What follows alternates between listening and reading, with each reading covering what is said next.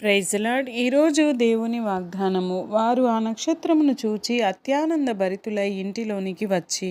మత్తయి 2:10. దేవుడు తన వద్దకు వచ్చే మార్గాన్ని చూపించడానికి ఒక నక్షత్రాన్ని ఉపయోగించాడు. గొర్రెల కాపరులకు శుభవార్త అందించడానికి గాబ్రియేలు దూతను ఉపయోగించాడు. దేవుడు వారి దగ్గరకు రావడానికి ఒక నక్షత్రాన్ని ఉపయోగించాడు. వారు ఆ నక్షత్రాన్ని కూడా అనుసరించారు.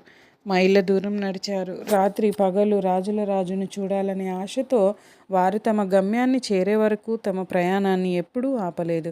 వారి నిరీక్షణకు అద్భుతమైన సమాధానం దొరికింది. వారు యేసును చూశారు. దేవుడు కూడా ఒక మాధ్యమాన్ని అందిస్తాడు.